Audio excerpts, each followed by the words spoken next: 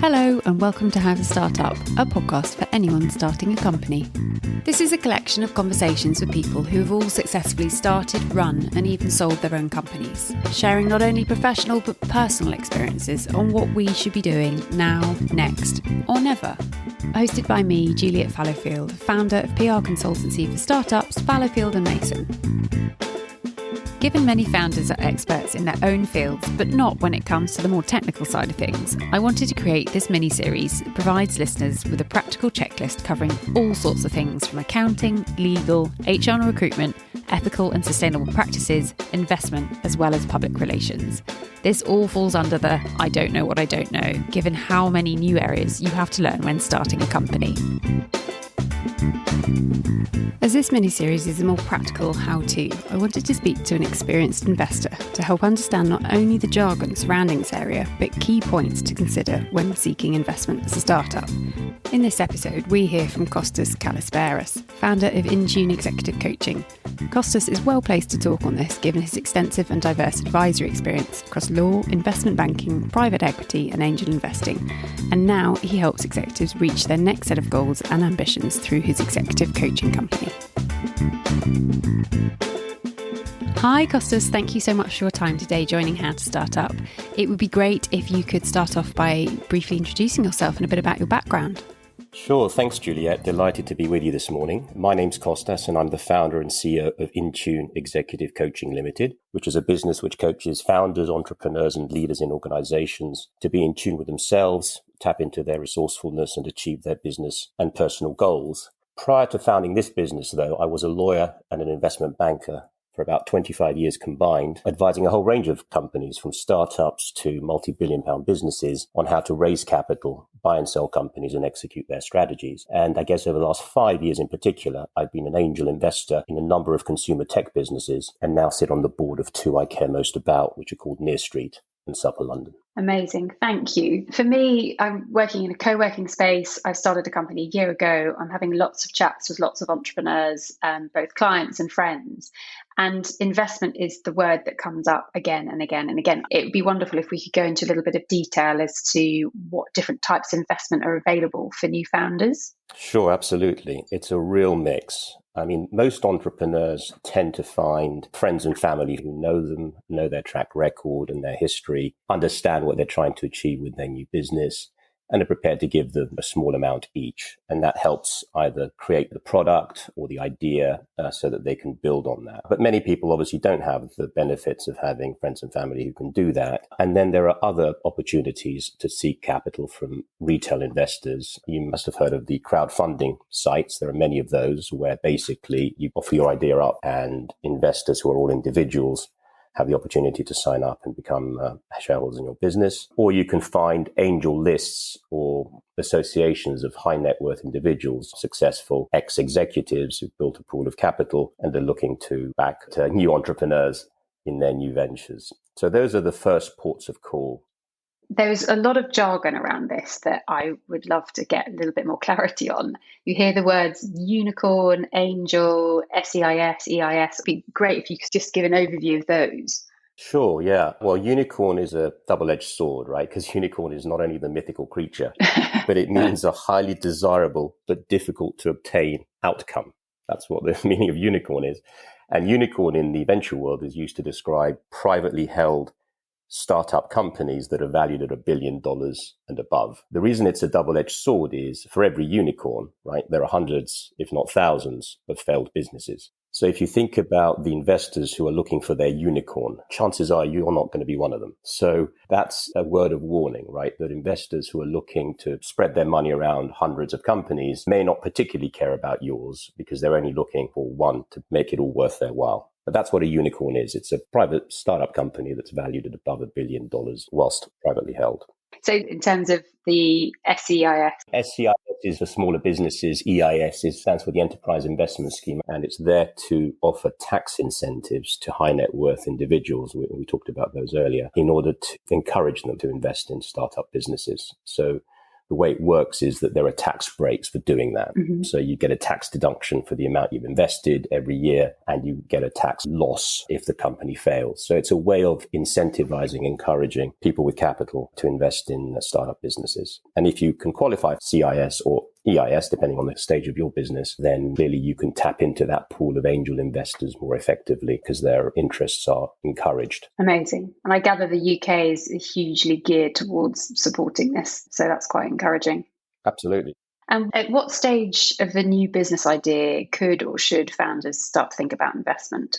Such a difficult question. It's a very good one, but it's a difficult one because it really depends on where they are. Some new businesses are built on prior experience, right? So you probably already have a bit of a track record. You may be doing it on the side of your main job, or you may have decided, having worked in an industry, to do your own thing. So clearly you'll have more thought around what your new business will be in that situation. So it sort of depends. I would say it sort of depends on how much capital, sadly, you think you need to get to a stage where you can prove that your business has traction. And if it's a product-based business, you may have heard of the phrase MVP, or it's a commonly used phrase, minimum viable product. Some people say, well, I need to create a minimum viable product, something that is almost an example of what the product might look like, which I can test in the market, get some feedback, improve it, and thereafter launch it commercially. So if it's a product-based business, you might need whatever it is, tens of thousands of pounds perhaps, to build a prototype effectively, an MVP. If it's a services-based business, it may be around creating a website, finding associations that can help you find clients. So it really depends on the type of business, but I would work backwards, which is try to assess the minimum amount you think you need to get to a place where people can look at your business and have an initial view, at least, of what it does and whether it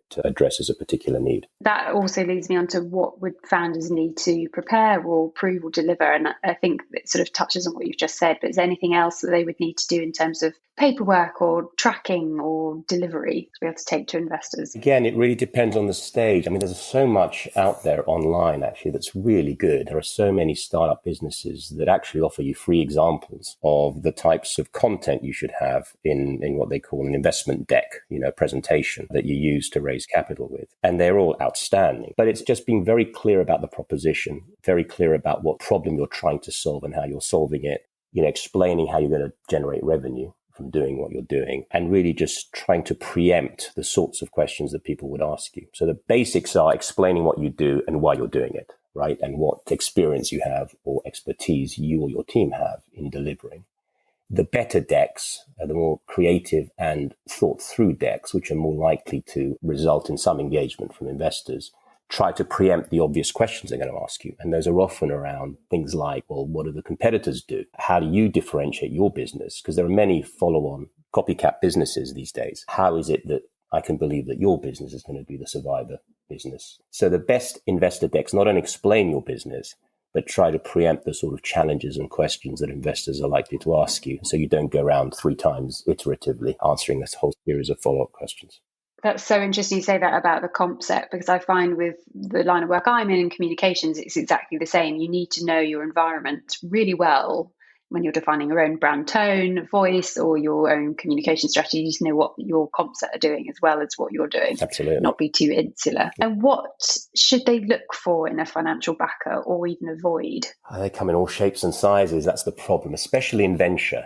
So venture capital is an area which allows so-called sophisticated investors to invest in companies, and it's not regulated. They might just be ex-senior executives from businesses who try to raise capital from their contacts and then invest in businesses, or they may be senior investors from other areas that have set up a new venture fund. So it's difficult to say what type to look for, but ultimately in life, it's all about building trust with people, first and foremost. And therefore, rather than focusing on the firm, because there are some great names out there, focus on the individual within that firm who cares about your business and try to assess where you will rank in their portfolio. Difficult thing to do as a founder. But it's a very important thing to think about, right? Because if you're one of 100 investments they're going to make and they're looking for the one unicorn, you may get a sense for that you're going to be an investment, but not a priority investment. Whereas if you are one of 5 investments for a particular angel or a particular smaller group of venture capitalists, then it's more likely they're not just offering you their capital, but they'll spend more time helping you nurture it. So that's one sort of broader observation.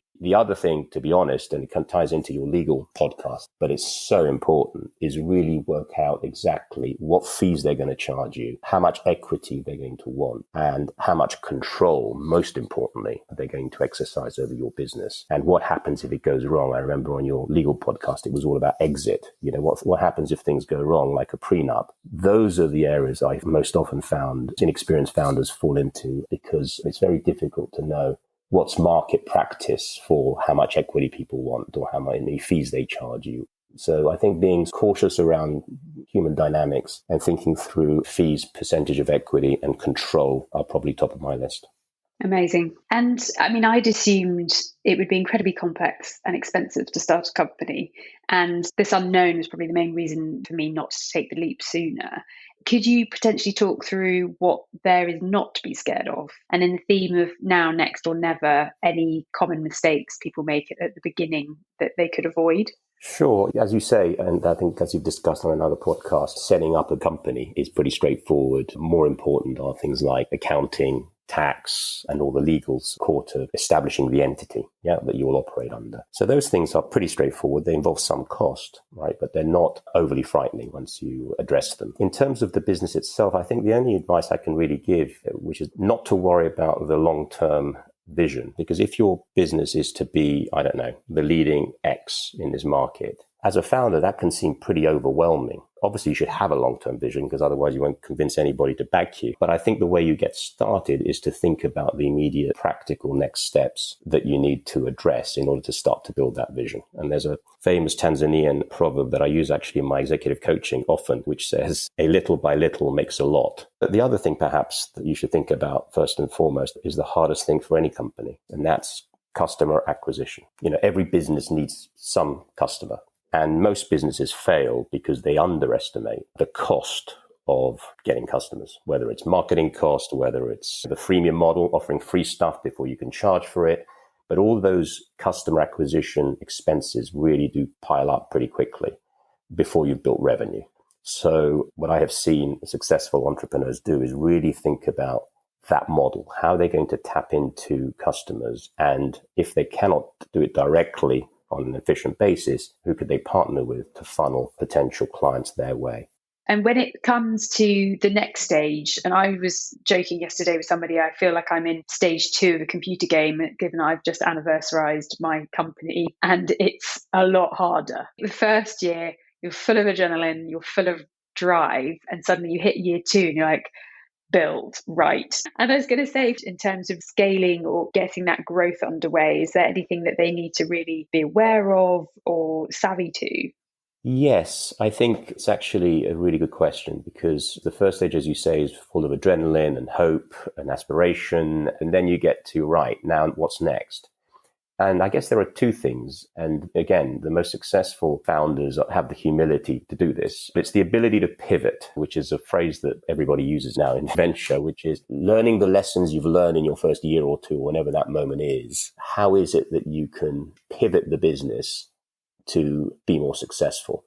And again, I go back to this customer acquisition point. It's often around building traction with your customers, because you may have built a great product, you may have had a few successes, but the next stage really is scaling it.